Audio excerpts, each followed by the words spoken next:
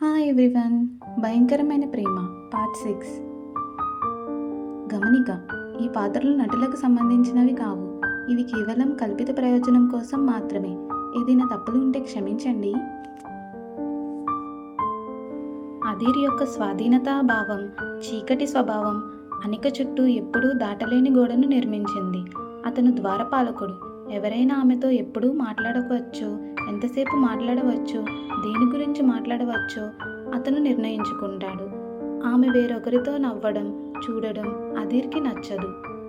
అనిక తన సోదరితో రహస్యాలు పంచుకోవడం అధీర్కి నచ్చదు. అధీర్ మనసులో ప్రతి చిరునవ్వు, ప్రతి మాట, అనిక దృష్టి యొక్క ప్రతి క్షణం అధీర్పై ఉండాలని అతను కోరుకుంటాడు. ప్రియా ముఖం కరిగిపోయింది. ఆమె కళ్ళు కన్నీళ్లతో నిండిపోయాయి. ఆమె అనిక వైపు చూసింది. ఇదంతా నా తప్పు అని ఆమె అన్నది. అనిక షాక్ అయింది. ఏమిటి ప్రియా? లేదు, నువ్వేం చెప్తున్నావు? అది ప్రియా పట్టుబడింది. ఆమె చెంప మీద కన్నీరు కారుతోంది. తను ఇలా చెప్పుకొచ్చింది. ఆ రోజు నేను నిన్ను చదువుకోమని పిలవకపోతే, నేను నిన్ను రమ్మని వేడుకోకపోతే గుర్తుందా? మన కాలేజీ పరీక్షలు జరుగుతున్నాయి కదా, అప్పుడు మనం తోటలో చదువుకుంటున్నాము. అప్పుడు అన్నయ్య ఆఫీస్ నుండి త్వరగా ఇంటికి వచ్చాడు. అనికకు గుర్తుకు వచ్చింది. ఆమె ఎలా మర్చిపోగలదు? అధీర్, అనిక మొదటిసారి కలిసిన రోజు. అనిక సాధారణ తెల్లటి సల్వార్ కమీజ్ ధరించి ఉంది. ప్రియా చెప్పిన దానికి ఆమె నవ్వుతోంది. ఆమె పైకి చూసింది మరియు తలప దగ్గర నిలబడి ఉన్న అధీర్ను చూసింది. చీకటిగా మరియు తీవ్రంగా ఉన్న అధీర్ కళ్ళు అనికపై స్థిరపడ్డాయి. ప్రపంచం మొత్తం ఆగిపోయినట్లు అనిపించింది. అనిక అంత అందమైన వ్యక్తిని లేదా అంత శక్తివంతమైన చూపుతో ఉన్న వ్యక్తిని ఎప్పుడూ చూడలేదు. అనిక వెంటనే దూరంగా చూసింది. ఆమె గుండె దడదడలాడింది. ప్రియా ఆ చేదు జ్ఞాపకాలను కొనసాగించింది. ఆ రోజు అన్నయ్య నిన్ను చూశాడు. ప్రియా మెల్లగా అరిచాడు. అంతే. ఆ రాత్రి అన్నయ్య నాన్నను నీ గురించి అడిగాడు. ఒక వారం తర్వాత అతను నిన్ను పెళ్లి చేసుకుంటానని చెప్పాడు. అన్నయ్య అడగలేదు, మాకు చెప్పాడంతే. అన్నయ్య ముందే నిర్ణయించుకున్నాడు అలాగే జరగాలని. ప్రియా తన చేతి వెనక భాగంతో తన కన్నీళ్లను తుడుచుకుంది. ఆ రోజు నేను నీకు ఫోన్ చేసి ఉండకపోతే అన్నయ్య నిన్ను ఎప్పటికీ చూసి ఉండేవాడు కాదు. నువ్వు స్వేచ్ఛగా ఉండేదానివి. మనం స్వేచ్ఛగా ఉండేవాళ్ళం. మనం ఇప్పుడు కూడా బయట తిరుగుతూ, కాలేజీ సందుల్లో తిరుగుతూ, వీధి వ్యాపారి దగ్గరున్న తెలివి తక్కువ చెవిపోగులు చూస్తూ, బేల్పూరి తింటూ ఉండేవాళ్ళం. మనం నవ్వుకుంటూ ఉండేవాళ్ళం. మనం మామూలుగానే ఉండేవాళ్ళం. అవును, నేను ధనవంతురాల్ని, కానీ మనం మామూలు అమ్మాయిల్లాగా ఉండడానికి ఇష్టపడేవాళ్ళం అని అన్నది ప్రియా. ప్రియా గీసిన చిత్రం చాలా అందంగా ఉంది. బాధించింది.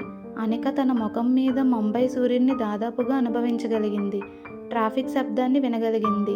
కారం కారంగా ఉండే బేల్పూరిని రుచి చూసింది. ఆమె స్వేచ్ఛను అనుభవించగలిగింది. అది చాలా దగ్గరగా ఉన్న జీవితం, కానీ ఇప్పుడు పూర్తిగా అసాధ్యం అది. అనిక పెళ్లికి ముందు తన జీవితం గురించి ఆలోచించింది. అనిక మరియు ప్రియా ఆటో రిక్షాల్లో వెళ్ళి ఎక్కడికైనా వెళ్ళేవారు. వారు ఫ్యాన్సీ మాల్స్లో కిటికీలో షాపింగ్లు చేసి, ఆపై వీధి మార్కెట్ నుండి చౌకైన రంగురంగుల గాజులు కొనుక్కునేవారు. వారు ఒక ప్లేట్ పానీపూరిని పంచుకుని చివరి దాని గురించి వాదించుకునేవారు. వారు ఇద్దరూ స్నేహితులు. ముంబై అనే పెద్ద అద్భుతమైన నగరాల్లో ఇప్పుడు తప్పిపోయారు. ఇద్దరూ కనిపించట్లేదు. అలాంటి జీవితం అనుభవించిన తర్వాత అనిక ఇప్పుడు అధీర్ మరియు ఇద్దరు అంగరక్షకులు లేకుండా గేటు నుంచి బయట కూడా అడుగు పెట్టకూడదు. అనిక వీధి ఆహారం తినలేకపోతుంది ఇప్పుడు. ఎందుకు అంటే అది మురికి అని మరియు అతని భార్య కోసం కాదని అధీర్ చెప్పాడు. ఆమె చౌకైన గాజులు ధరించలేకపోయింది ఎందుకంటే అధీర్ వాటిని లగ్జరీ దుకాణం నుండి వజ్రాలతో తెప్పిస్తాడు. అధీర్ అనికకు డబ్బు కొనగలిగినంత ఇచ్చాడు, కానీ ఆమె సజీవంగా అనిపించే ప్రతిదాన్ని తీసేశాడు. అనిక చేయి చాపి ప్రియాను గట్టిగా కౌగిలించుకుంది. ప్రియా, అది నీ తప్పు కాదు. దయచేసి అలా అనకు. నీ అన్నయ్య అంటే నీ తప్పు కాదు. అనిక సరైన పదం కోసం వెతుక్కుంటూ, అధీర్ నీలాగే నన్ను కూడా ప్రేమిస్తాడు. అనిక తన స్నేహితురాల్ని ఓదార్చడానికి ఆ మాటలు చెప్పింది. కానీ అది అబద్ధమని అనికకు తెలుసు. ఇది ప్రేమ కాదు, ఇది యాజమాన్యం. మరియు ఆ టేబుల్ వద్ద ఉన్న ప్రతి ఒక్కరికి అది తెలుసు.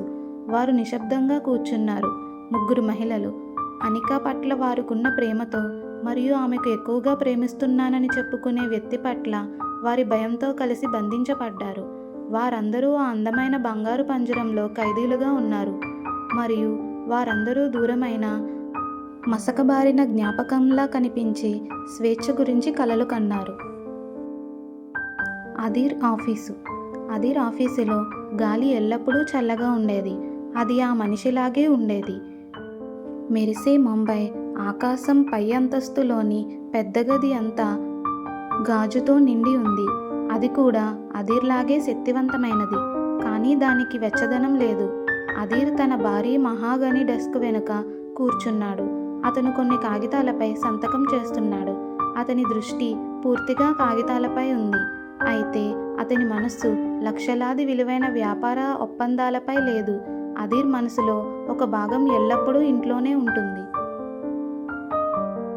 అనిక ఉదయం వెలుతురులో ఆమె జుట్టు ఎలా కనిపించిందో అదీర్ ఆలోచిస్తున్నాడు. అల్పాహారం సమయంలో అనిక అతని చేతుల్లో ఎలా అనిపించిందో ఆ జ్ఞాపకం అతని రక్తంలో నిరంతరం నిశ్శబ్దంగా హాయిలాగా ఉంది. అతనికి ఒక నిర్దిష్ట ఫైల్ అవసరమైంది. పాత ఒప్పందం. అతను తన ఫోన్లోని ఇంటర్కామ్ బటన్ను నొక్కాడు. రియా, గత సంవత్సరం నుండి మెహతా విలీన ఫైల్ను నాకు తీసుకురా ఇప్పుడు అని గొంతు క్లిక్ చేశాడు. అవతలి వైపు ఉన్న వ్యక్తికి అది ఎటువంటి భావోద్వేగాన్ని కలిగి ఉండదు. కొన్ని నిమిషాల తర్వాత అదీర్ తలుపును మెల్లగా తట్టిన శబ్దం వినిపించింది. లోపలికి రా అని అదీర్ పైకి చూడకుండా అన్నాడు. తలుపు తెరుచుకుంది. సహాయకురాలు రియా లోపలికి నడిచింది. ఆమె భయంగా కనిపించింది. అందరూ మిస్టర్ రాజ్పుత్ చుట్టూ భయపడతారు. ఆమె ఒక మందపాటి ఫైల్ను పట్టుకుంది. ఆమె అదీర్ డెస్క్ వైపు త్వరగా నడిచింది. నేల చాలా నునుపుగా ఉంది. బహుశా రియా తొందరపడి ఉండవచ్చు. బహుశా ఆమె భయంగా ఉండవచ్చు. రియా మడము ఖరీదైన రగ్గు అంచున తగిలింది. రియా చిన్నగా ఊపిరి పీల్చుకుని ముందుకు జారుకుంది. రియా పడిపోకుండా బ్యాలెన్స్ను పట్టుకోవడానికి ప్రయత్నించింది. ఆమె చెయ్యి బయటకు ఎగిరింది. అది తాను స్థిరపరుచుకోవడానికి అదీర్ భుజంపై పడింది. ఆ స్పర్శ ఒక సెకను కంటే తక్కువ సమయం మాత్రమే కొనసాగింది. కానీ అది సరిపోయింది. అదీర్ స్తంభించిపోయాడు. అతని శరీరంలోని ప్రతి కండరం దృఢంగా మారింది. అదీర్ కాగితాలపై పెట్టిన కళ్ళు ఇప్పుడు అతని భుజంపై ఉన్న స్త్రీ చేతిపై లాక్ అయ్యాయి. అది స్వచ్ఛమైన బలహీనమైన షాక్తో నిండి ఉంది. ఆపై ఒక క్షణం తర్వాత అదీర్ కళ్ళు చీకటిగా మరియు భయంకరంగా మారిపోయాయి. రియా త్వరగా కాలిపోయినట్లుగా తన చేతిని వెనక్కి లాగింది. ఆమె ముఖం పాలిపోయింది. ఎస్ సార్, నన్ను క్షమించండి. నేను జారిపోయాను. నేను అనుకోలేదు. అదీర్ నెమ్మదిగా, చాలా నెమ్మదిగా లేచి నిలబడ్డాడు. అదీర్ పొడవైన వ్యక్తి మరియు అతని కోపం అతన్ని మరింత పెద్దదిగా అనిపించేలా చేసింది. అతను భయపడిన స్త్రీపై దూసుకెళ్లాడు. గదిలో గాలి మరింత చల్లగా మారింది. వద్దు, నువ్వు మాట్లాడకు, అదీర్ అన్నాడు. అతని స్వరం తక్కువ ప్రమాదకరంగా అనిపించింది. నన్ను ఎప్పుడూ ముట్టుకోవద్దు. సార్, దయచేసి, ఇది ఒక ప్రమాదం. నేను ప్రమాణం చేస్తున్నాను. రియా గొంతు వణికింది. ఆమె కన్నీళ్ల అంచున ఉన్నాయి. బయటకు వెళ్ళు. అదీర్ కోపంతో రగిలిపోయాడు. మాటలు బిగ్గరగా లేవు, కానీ అవి చాలా విషంతో నిండి ఉన్నాయి. రియా వణికిపోయింది. రియాకు 2 సార్లు చెప్పాల్సిన అవసరం లేదు. ఆమె వెనక తిరిగి చూడకుండా దాదాపు ఆఫీస్ నుండి బయటకు వెళ్ళిపోయింది. మెల్లగా క్లిక్ చేసి ఆమె వెనక తలుపు మూసివేసింది. అదీర్ అక్కడే నిలబడి గట్టిగా ఊపిరి పీల్చుకున్నాడు. ఆమె స్పర్శ అతని భుజనపై ఇంకా అనుభూతి చెందింది. అది తప్పుగా అనిపించింది. అది మురికిగా అనిపించింది. అది భరించలేని తప్పుగా అనిపించింది. అదీర్ తన డెస్క్ చుట్టూ నడిచాడు. అతని అడుగులు పదునుగా మరియు కోపంగా ఉన్నాయి. అతను ఆఫీస్కి అనుసాదించబడి ఉన్న ప్రైవేట్ బాత్రూంలోకి వెళ్ళాడు. నీరుతో ఖరీదైన సువాసన గల సబ్బు తీసుకొని తన భుజం రుద్దుకున్నాడు. చర్మం ఎర్రగా మరియు పచ్చిగా మారే వరకు గట్టిగా రుద్దుతూనే ఉన్నాడు అదీర్. ఆ స్త్రీ అపవిత్రాలు కాబట్టి అదీర్ ఇలా చేయడం లేదు. అతనిలోని ఒక భాగం ఎవరో చెందినది కాదు కాబట్టి అధీర్ ఇలా చేస్తున్నాడు. అది ప్రపంచానికి చెందినది కాదు. అది కేవలం అనికాకు మాత్రమే చెందినది. అనికాలో ప్రతి భాగం అధీర్కి మాత్రమే చెందినట్లే అధీర్ తన ప్రతి భాగం అనికాకు మాత్రమే చెందినదని నమ్ముతాడు. అధీర్ తన శరీరం అనే కాదు, అతని స్పర్శ, అతని చిరునవ్వులు, అతని అరుదైన మృదువత్వం, అతని ఆత్మ ఇదంతా కేవలం అనికా కోసమే అని అధీర్ అనుకుంటాడు. Next part continuous.